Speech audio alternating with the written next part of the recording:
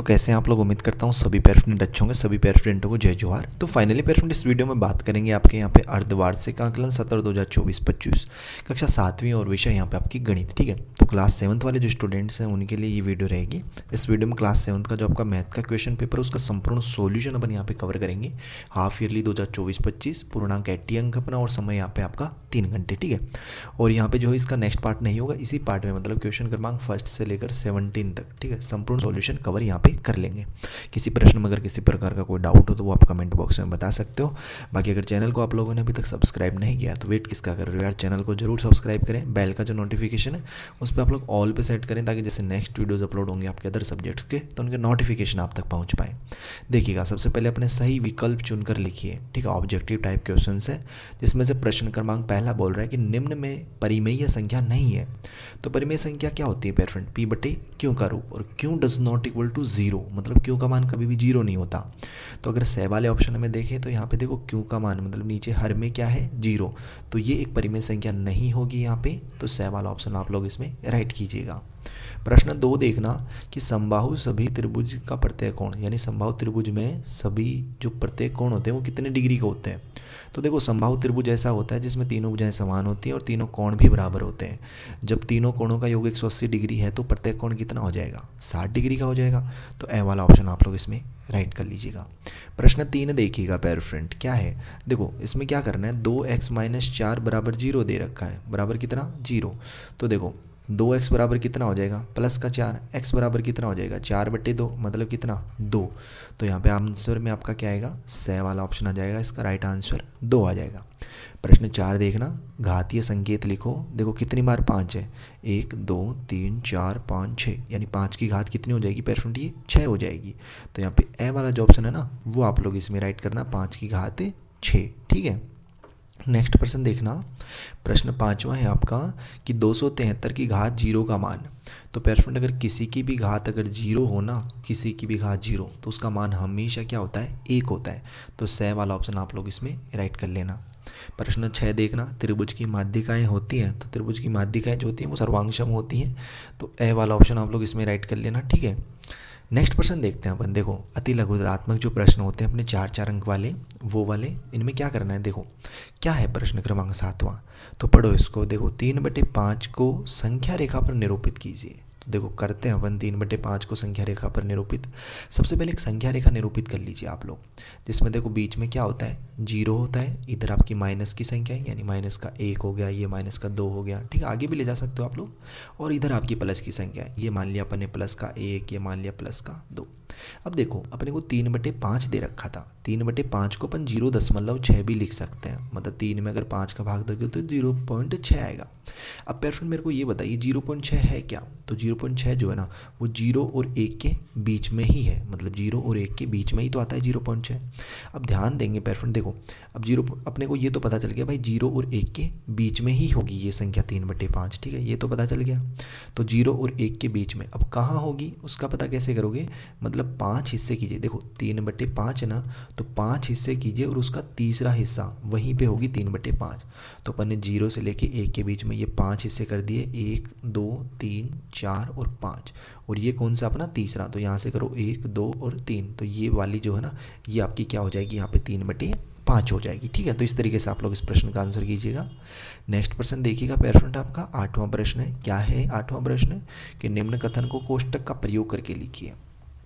देखो कैसे करोगे, 10 और 2 के अंतर को 30 से भाग दिया जाए, यानी कि देखो लाइन टू लाइन लिखो आप लोग, 10 और 2 का अंतर मतलब 10 - 2 कोष्टक लगा दीजिए। अब इस 10 - 2 के अंतर को भाग दो किससे, 30 से भाग दिया जाए। तो ये आपका लो क्वेश्चन बन गया। क्वेश्चन इस तरीके से करना है, पहले का तो आंसर यही लिख लीजिए आप लोग।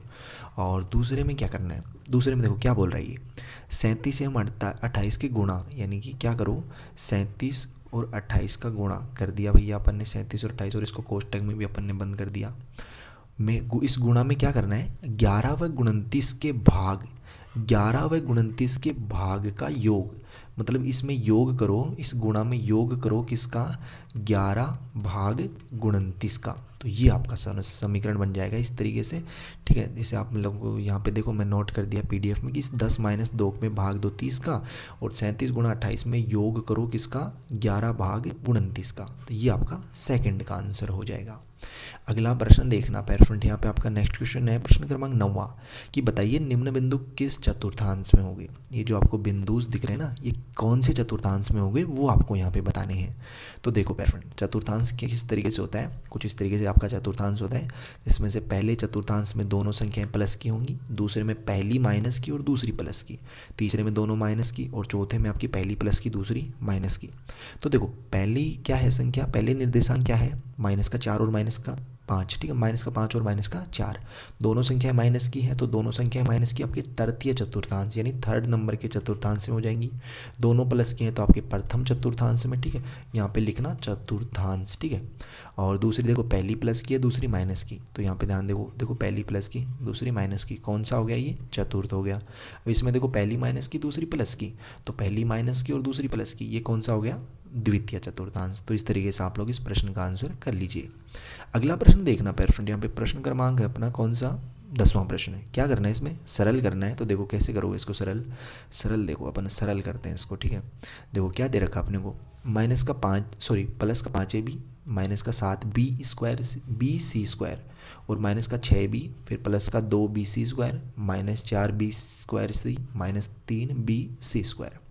देखो ये लाइन तो आपको क्रॉस कर देनी है, ये सही नहीं है, यहाँ पे कट्टा है। देखो सबसे पहले क्या लिखो, 5ab यानी जो ab वाली संख्या है ना उनको एक साथ लिख लो। तो अपन ने लिख दिया 5ab, फिर माइनस का 6ab, बस दो ही हैं। अब क्या करो, उसके बाद में माइनस का 7bc² है, तो माइनस का 7bc² लिख दिया। bc² और किसके साथ में है, प्लस के 2bc² के साथ में भी है, तो प्लस का 2bc² और माइनस का 3bc² भी है, तो माइनस का 3bc²। बचा क्या अपना, बचा माइनस का 4b²c, ये आपका यहाँ पे बच गया। अब ध्यान दीजिएगा पेरफ्रेंड, देखो प्लस का 5ab में से अगर माइनस का 6b निकालेंगे तो माइनस का ab बचेगा। इसी तरीके से यहाँ पे देखो ये माइनस का 7bc² है, माइनस का 3bc² कितना हो गया, माइनस का 10bc², और उसमें से अगर घटा देंगे कितना घटाना है, 2bc², तो माइनस का 8bc² बचेगा। और ये लास्ट की संख्या ऐसे कैसे। अब इन सभी में अगर कॉमन लेना चाहो तो आप माइनस का b कॉमन ले सकते हो, फिर आपका बचेगा a + 8c² + 4bc। ये आपका इसका फाइनल आंसर रहेगा पेयर फ्रेंड। नेक्स्ट प्रश्न देखना है यहाँ पे क्या है अपना नेक्स्ट क्वेश्चन। अगला प्रश्न है 11वां प्रश्न कि शांत व अशांत दशमलव को छांटिए, यानी कि 4/5 है और 8/7, इनमें से कौन सा शांत आवर्ती है और कौन सी अशांत आवर्ती। तो ध्यान दीजिएगा पेरफ्रेंड, देखो कैसे करोगे इस क्वेश्चन को। देखो 4/5 है, देखो शांत दशमलव प्रसारण कौन सा होता है, देखो परिमेय संख्या होती है p/q का रूप।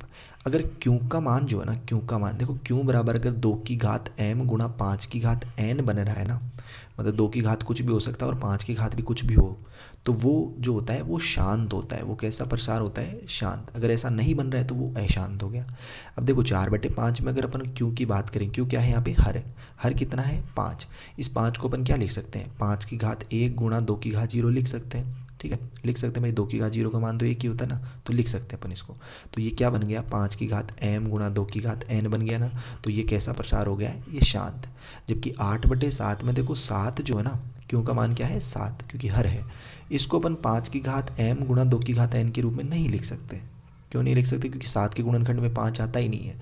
तो ये कैसी हो गई, ये अशांत हो गई। तो इस तरीके से आपको 11वें प्रश्न का आंसर जो है ना वो यहाँ पे कर लेना है। नेक्स्ट प्रश्न देखना, लघु उत्तरात्मक प्रश्न अपने 6 अंक वाले क्वेश्चन।